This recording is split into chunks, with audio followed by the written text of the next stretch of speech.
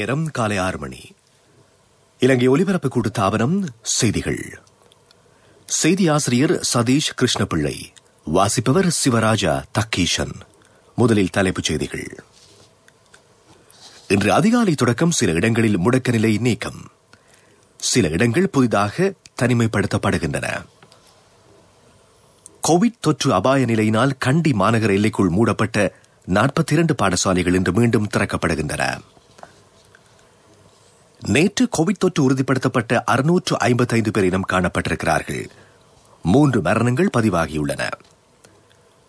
கட்டுநாயக்க விமான நிலையத்தினை எதிர்வரும் 26ஆம் தேதி சுற்றுலா பயணிகளுக்காக திறப்பது என்று அரசாங்கம் தீர்மானித்திருக்கிறது.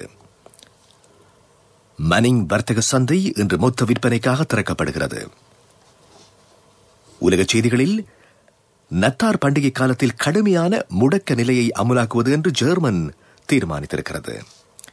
விளையாட்டுச் செய்தியில் லங்கா பிரீமியர் லீக் சுற்றுத் தொடரின் இறுதிப் போட்டிக்கு கோல் கிளாடியேட்டர்ஸ் தகுதி பெற்றிருக்கிறது. அவை தலைப்புச் செய்திகள்.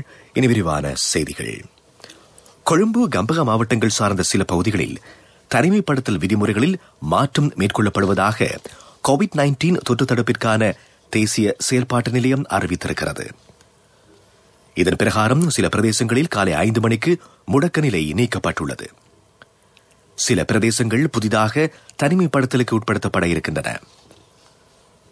இன்று காலை 5 மணி தொடக்கம் தனிமைப்படுத்தல் நீக்கப்பட்ட பிரதேசங்கள் கொழும்பு மாவட்டத்தில் கிராண்ட் பாஸ் போலீஸ் பிரிவைச் சேர்ந்த சிறிசந்த செவன வீடமைப்பு திட்டம் சிறிமுத்து என, மாளிகாவத்த போலீஸ் பிரிவில் லக்கிரு செவன வீடமைப்பு திட்டம் பொரல்ல போலீஸ் பிரிவில் சிறிசர உயன, கம்பஹா மாவட்டத்தில் வத்தளை போலீஸ் பிரிவைச் சேர்ந்த கிரவலப்பிட்டிய, ஹேகித்த, குருந்துஹேன, எவரிவத்த கிராம உத்தியோகத்தர் பிரிவுகள், பாலியகுட போலீஸ் பிரிவைச் சேர்ந்த பட்டிய கிராம உத்தியோகத்தர் பிரிவு ஆகியவையாகும்.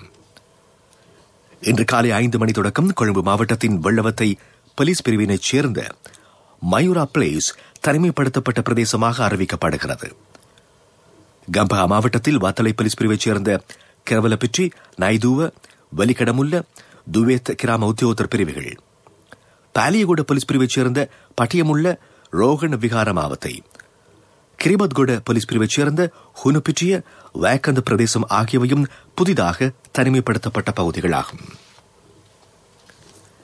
நிட்டம்புவ போலீஸ் பிரிவைச் சேர்ந்த திகாரிய வடக்கு கிராம உத்தியோகத்தர் பிரிவில் வாரண பன்சல வீதி, கத்தோட்ட வீதி, ஹித்ரா மாவட்ட மற்றும் திகாரிய கிழக்கு கிராம உத்தியோகத்தர் பிரிவு ஆகியவை தனிமைப்படுத்தப்பட்ட பிரதேசங்களாக அறிவிக்கப்படுகிறது. களுத்துறை மாவட்டத்தில் குடா ஹிட்டியன்கல மாவட்டத்தைச் சேர்ந்த மரிக்கார் வீதி, புலத் சிங்கள பிரதேச செயலாளர் பிரிவைச் சேர்ந்த வேஹங்கல கிழக்கு, வேஹங்கல மேற்கு கிராம உத்தியோகத்தர் பிரிவுகளும் இன்று காலை 5 மணி தொடக்கம் தனிமைப்படுத்தப்பட்ட பிரதேசங்களாக இருக்கும்.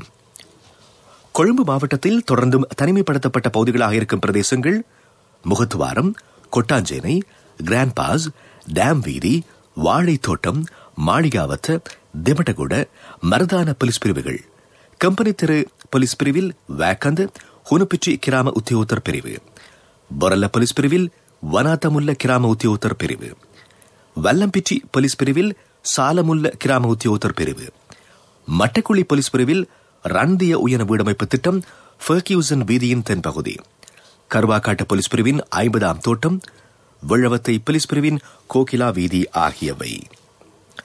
கம்பஹா மாவட்டத்தில் தொடர்ந்தும் தனிமைப்படுத்தப்பட்ட பகுதிகளாக இருக்கும் பிரதேசங்கள் பாலியகுட போலீஸ் பிரிவைச் சேர்ந்த பாலியகுடவத்த, பாலியகுட கரையோரம், மேகாலவத்த கிராம உத்தியோகத்தர் பிரிவுகள், கிரிபத்குட போலீஸ் பிரிவில் வெலேகுட வடக்கு கிராம உத்தியோகத்தர் பிரிவு, நீர்கொழும்பு போலீஸ் பிரிவில் MC வீடமைப்பு திட்டம், வேயங்குட ஹிரிப்பிட்டிய தெற்கு கிராம உத்தியோகத்தர் பிரிவில் நிதஹாஸ் மாவட்ட ஆகியவையாகும்.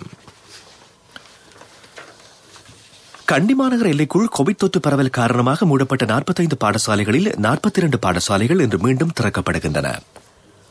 மத்திய மாகாண கோவிட் தடுப்புக் குழுவின் அங்கத்தவர்களுடன் நடத்திய பேச்சுவார்த்தையினை தொடர்ந்து சகலரது சம்மதத்தோடும் குறித்த பாடசாலைகளை திறப்பது என்று தீர்மானித்ததாக ஆளுநர் லலித் கமகே தெரிவித்திருக்கிறார். அதேவேளை காலி கல்வி வலயத்தினைச் சேர்ந்த 26 பாடசாலைகளை எதிர்வரும் 18ஆம் தேதி வரை மூடுவது என்று தீர்மானிக்கப்பட்டுள்ளதாக தென் மாகாண ஆளுநர் விலி கமகே தெரிவித்திருக்கிறார். நீங்கள் கேட்டுக்கொண்டிருப்பது இலங்கை ஒலிபரப்பு கூட்டு தாபனத்தின் செய்திகள்.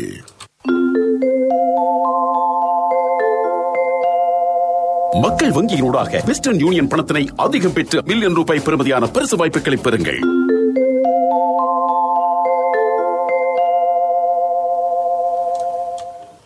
நேற்று கோவிட்-19 தொற்று உறுதிப்படுத்தப்பட்ட 655 பேர் இனம் காணப்பட்டிருக்கின்றார்கள்.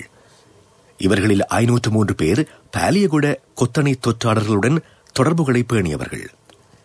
எஞ்சிய 147 பேர் சிறைச்சாலை கொத்தணையினை சேர்ந்தவர்கள் என்று அரசாங்க தகவல் திணைக்களம் அறிவித்திருக்கிறது. மினுவங்குட பாலியகுட சிறைச்சாலை கொத்தணைகள் சார்ந்த தொற்றாளர்களின் மொத்த எண்ணிக்கை 29,152 அதிகரித்திருக்கிறது. நேற்று 489 பேர் கொரோனா தொற்றிலிருந்து குணமடைந்து வீடு திரும்பியிருக்கிறார்கள். இதன் பிரகாரம் குணமடைந்தவர்களின் மொத்த எண்ணிக்கை 23,793 ஆகும். இன்று வரை மருத்துவ பராமரிப்பில் உள்ளவர்களின் எண்ணிக்கை 8,893 காணப்படுகிறது. இலங்கையில் கோவிட்-19 தொற்று உறுதிப்படுத்தப்பட்டவர்களின் மொத்த எண்ணிக்கை 32,790 ஆகும். நேற்று 3 கொரோனா மரணங்கள் பதிவானதாக சுகாதார சேவைகள் பணிப்பாளர் நாயகம் அறிவித்திருக்கிறார். 2 பெண்களும் ஒரு ஆணும் கடந்த 12ஆம் தேதி உயிரிழந்திருக்கிறார்கள். கொழும்பு 10ஐச் சேர்ந்த 62 வயது பெண்ணும் வத்தளையைச் சேர்ந்த 71 வயது பெண்ணும் உயிரிழந்தார்கள். மற்றவர் மாத்தளையைச் சேர்ந்த 76 வயதுடைய ஆணாவார். இலங்கையில் நிகழ்ந்த மொத்த கொரோனா மரணங்களின் எண்ணிக்கை 152 அதிகரித்திருக்கிறது. மக்களின் மொழிகளை பேணி பாதுகாக்கும் பொறுப்பை சிறப்பாக நிறைவேற்றிய ஊடக நிறுவனமாக தேசிய வானொலியினை கூறலாம் என்று பிரபல சிங்கள மொழி ஆய்வாளர் பேராசிரியர் ஜே.பி. திசாநாயக்க தெரிவித்துள்ளார். தேசிய வானொலி காலந்தோறும் மொழிகளின் தனித்துவத்தினை பாதுகாத்து அவற்றை வளர்க்க உதவியதாக பேராசிரியர் கூறினார். அதன் 95வது ஆண்டு நிறைவை முன்னிட்டு அவர் கருத்து வெளியிட்டார். தேசிய வானொலியின் 95வது ஆண்டு நிறைவை முன்னிட்டு பல நிகழ்ச்சிகள் ஏற்பாடாகியுள்ளன.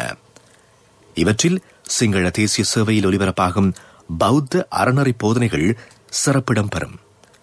இலங்கை ஒலிபரப்பு கூட்டுத்தாபனத்தின் தலைவர் விஷாரத ஜகத் விக்ரமசிங்க, பணிப்பாளர் நாயகம் சந்திரபால லியனகி ஆகியோரின் ஆலோசனைக்கு அமைய மன அமைதி தரும் பௌத்த போதனைகள் என்கின்ற நிகழ்ச்சி ஏற்பாடாகியிருக்கிறது.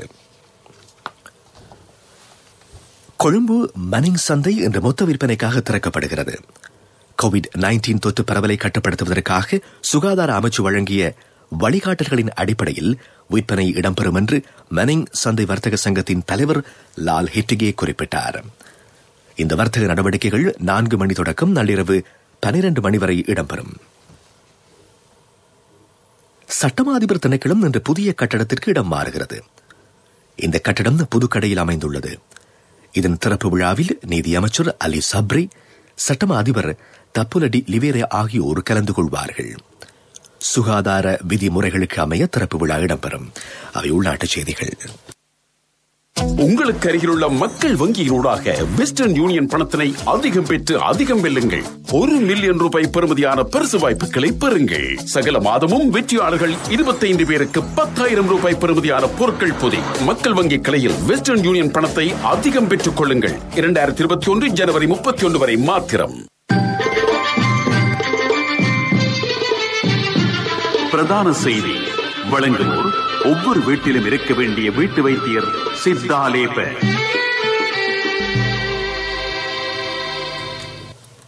எதிர்வரும் 26ஆம் தேதி வெளிநாட்டு சுற்றுலா பயணிகளை இலங்கை வர அனுமதிப்பது என்று அரசாங்கம் தீர்மானித்துள்ளது.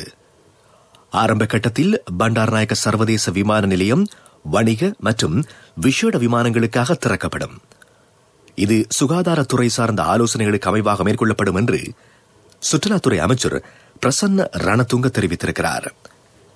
விமான நிலையத்தினை திறக்குமாறு பல்வேறு நிறுவனங்களும் கோரிக்கை விடுத்ததாக அமைச்சர் கூறினார்.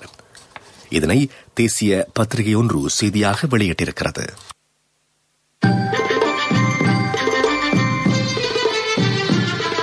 பிரதான செய்தி வழங்கியோர் ஒவ்வொரு வீட்டிலும் இருக்க வேண்டிய வீட்டு வைத்தியர் சித்தாலேப.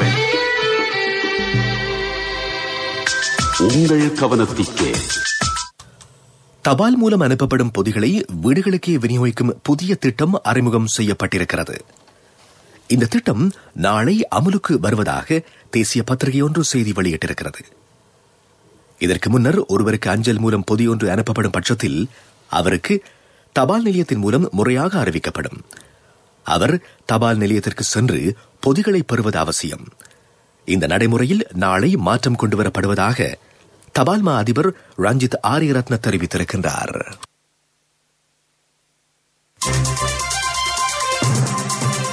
உலகச் செய்திகள்.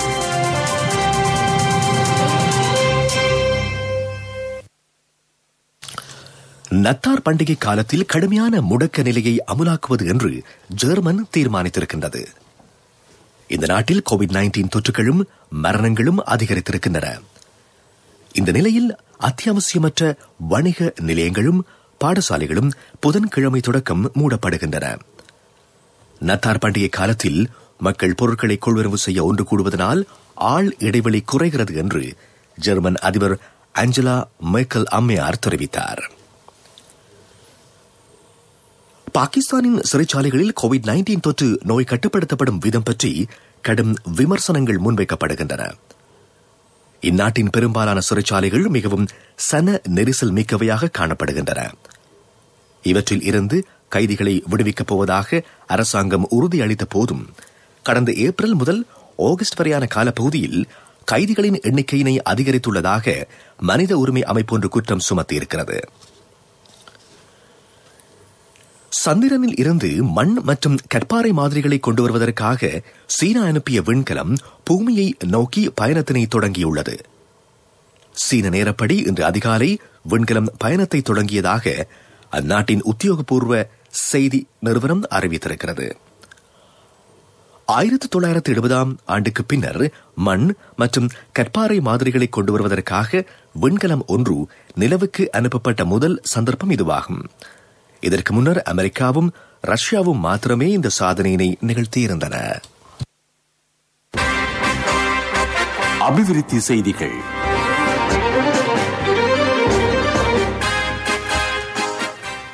சுகாதார அமைச்சும் ஐக்கிய நாடுகளின் உணவு விவசாய ஸ்தாபனமும் இணைந்து உள்ளூர் உணவுகளை அடிப்படையாக கொண்ட உணவு உண்ணும் வழிகாட்டல் கோவை ஒன்றினை வகுத்திருக்கின்றன. இதனை வெளியிடும் நிகழ்ச்சி சமீபத்தில் கொழும்பில் இடம்பெற்றது. இலங்கை வாழ் பிரஜைகள் மத்தியில் ஆரோக்கியமான உணவு பழக்க வழக்கங்களையும் வாழ்க்கை முறைகளையும் ஏற்படுத்துவது இதன் நோக்கமாகும் என்று சுகாதார, போஷாக்கு மற்றும் சுதேச மருத்துவத்துறை அமைச்சு அறிவித்திருக்கிறது. விளையாட்டுச் செய்திகள். LPL 2020 கிரிக்கெட் போட்டித் தொடரின் உத்தியோகபூர்வ ஒலிபரப்பாளர் இலங்கை ஒலிபரப்பு கூட்டு தாபனம். லங்கா பிரீமியர் லீக் சுற்றுத்தொடர் பற்றிய விவரங்கள். இந்த சுற்றுத்தொடரின் முதலாவது அரையிறுதிப் போட்டியில் கொலம்பு கிங்ஸ் அணியினை 2 விக்கெட்டுகளினால் தோற்கடித்த கவுல் கிளாடியேட்டர்ஸ் அணி இறுதிப் போட்டிக்கு தகுதி பெற்றிருக்கிறது. நேற்று முதலில் துடுப்படுத்தாடிய கொழும்பு அணி 20 ஓவர்கள் முடிவில் 9 விக்கெட் இழப்பிற்கு 150 ஓட்டங்களை எடுத்திருந்தது. 8 விக்கெட்டுகளை இழந்த காலி அணி ஒரு பந்துவீச்சு எஞ்சிய நிலையில் வெற்றி இலக்கை அடைந்தது. தனஞ்சய லக்ஷான் சிறப்பாட்டக்காரராக தெரிவானார். இன்றிரவு 2ஆம் அரையிறுதிப் போட்டி இடம்பெறவிருக்கிறது. இந்த போட்டியில் தம்புள்ளை வைக்கிங்ஸ் அணியும் ஜப்னா ஸ்டாலியன்ஸ் அணியும் மோதுகின்றன. இதில் வெற்றி பெறும் அணி நாளை இறுதிப் போட்டியில் கவுல் கிளாடியேட்டர்ஸ் அணியை சந்திக்க உள்ளன. அடுத்து மேற்கிந்திய தீவுகள் அணியின் நியூசிலாந்து சுற்றுத்தொடர் பற்றிய விவரங்கள். வெலிங்டனில் இடம்பெற்ற மேற்கிந்திய அணிக்கு எதிரான 2வது டெஸ்ட் போட்டியில் நியூசிலாந்து அணி 1 இன்னிங்ஸ் மற்றும் 12 ஓட்டங்களினால் வெற்றியீட்டியிருக்கிறது.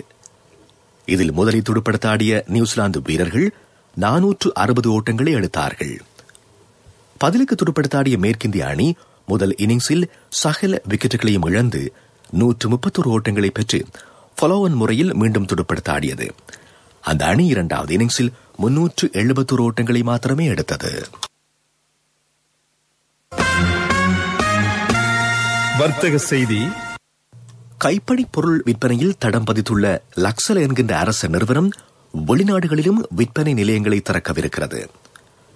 இங்கிலாந்து, ஆஸ்திரேலியா, கனடா, அமெரிக்கா ஆகிய நாடுகளில் இலங்கை உற்பத்தியாளர்களின் பொருட்கள் விற்பனை செய்யப்படும் என்று லக்சலவின் தலைவர் பிரதீப் குணவர்தன தெரிவித்தார்.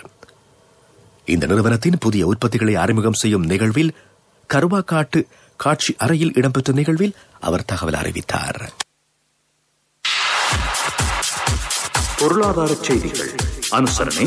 இப்போதான் சந்தோஷமா பள்ளிக்கூடம் போறாள். எல்லாம் நீங்கள் சைக்கிள் வாங்கி கொடுத்ததால. LOLC கிரெடிட் கார்டு இருந்ததால நினைச்ச உடனே வாங்கி கொடுக்க கூடியதா இருந்துச்சு. LOLC ஃபைனான்ஸ் கடன் அட்டை உங்களை மேலும் உயர்த்திட. COVID-19 தடுப்பு மருந்தின் மூலம் ஃபைசர், மொடர்னா ஆகிய நிறுவனங்கள் அடுத்த ஆண்டு $32 பில்லியன் வருமானம் ஈட்டலாம் என்று பொருளாதார ஆய்வு நிறுவனங்கள் எதிர்வு கூறுகின்றன. ஃபைசர் நிறுவனம் $19 பில்லியன் வருமானத்தை ஈட்டி BioNTech நிறுவனத்துடன் வருமானத்தை பகிர்ந்து கொள்ளலாம். மொடர்னா நிறுவனத்தின் வருமானம் $13 பில்லியன் தாண்டலாம் என்று வால் ஸ்ட்ரீட் ஆய்வாளர்கள் கூறுகிறார்கள். ஐயோ என்னப்பா இவங்க போக மாட்டேங்கிறாங்களே. ஏய் அந்த வாகனம் ராஜா அண்ணே. தம்பி என்ன அவசரமா? இல்ல அண்ணே, இப்ப காசு தான் அவசரம். உண்மையாவா? காசு அவசரம்னாலும் தம்பி அவசரப்படாதீங்க. எந்த ஒரு LOLC ஃபைனான்ஸ் கிளையிலும் 3-வீல் புத்தகத்தை வச்சு காசை வாங்கி கொள்ளுங்க. LOLC ஃபைனான்ஸ் வீல் புத்தகத்துக்கு கேஷ், 3-வீல் புத்தகத்துக்கு உடனடியாக கையில் கேஷ்.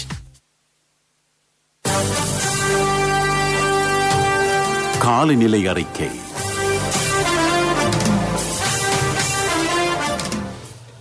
நாட்டின் பல பாகங்களில் பெரும்பாலும் சீரான காலநிலை நிலவும் என்று வளிமண்டலவியல் திணைக்களம் அறிவித்திருக்கிறது. இருந்தபோதிலும் ரத்னபுரி, நுவரெலியா, காலி, மாத்தறை மாவட்டங்களில் பிற்பகல் 2 மணிக்கு பின்னர் மழையோ இடியுடன் கூடிய மழையோ பெய்யலாம். மேல் சபரகமுவ, ஊபா மாகாணங்களின் சில இடங்களில் காலை நேரத்தில் பனிமூட்டமான காலநிலை நிலவும் என்று திணைக்களத்தின் வானிலை அறிக்கையில் கூறப்பட்டிருக்கிறது. இனி மீண்டும் தலைப்புச் செய்திகள். இன்று அதிகாலை தொடக்கம் சில இடங்களில் முடக்க நிலை நீக்கம், சில இடங்கள் புதிதாக தனிமைப்படுத்தப்படுகின்றன. கோவிட் தொற்று அபாய நிலையினால் கண்டி மாநகர எல்லைக்குள் மூடப்பட்ட 42 பாடசாலைகள் இன்று மீண்டும் திறக்கப்படுகின்றன. நேற்று கோவிட் தொற்று உறுதிப்படுத்தப்பட்ட 655 பேர் இனம் காணப்பட்டிருக்கிறார்கள். 3 மரணங்கள் பதிவாகியுள்ளன. கட்டுநாயக்க விமான நிலையத்தினை எதிர்வரும் 26ஆம் தேதி சுற்றுலா பயணிகளுக்காக திறப்பது என்று அரசாங்கம் தீர்மானித்திருக்கிறது. மனிங் வர்த்தக சந்தை இன்று மொத்த விற்பனைக்காக திறக்கப்படுகிறது. நத்தார் பண்டிகை காலத்தில் கடுமையான முடக்க நிலையை அமுலாக்குவது என்று ஜெர்மன் தீர்மானித்திருக்கிறது. லங்கா பிரீமியர் லீக் சுற்றுத்தொடரின் இறுதிப் போட்டிக்கு கோல் கிளாடியேட்டர்ஸ் தகுதி பெற்றிருக்கிறது. இத்துடன் இன்று எமது காலை பிரதான செய்தி அறிக்கை நிறைவுக்கு வருகிறது. எமது அடுத்த பிரதான செய்தி அறிக்கையை நண்பகல் 12:45 எதிர்பாருங்கள்.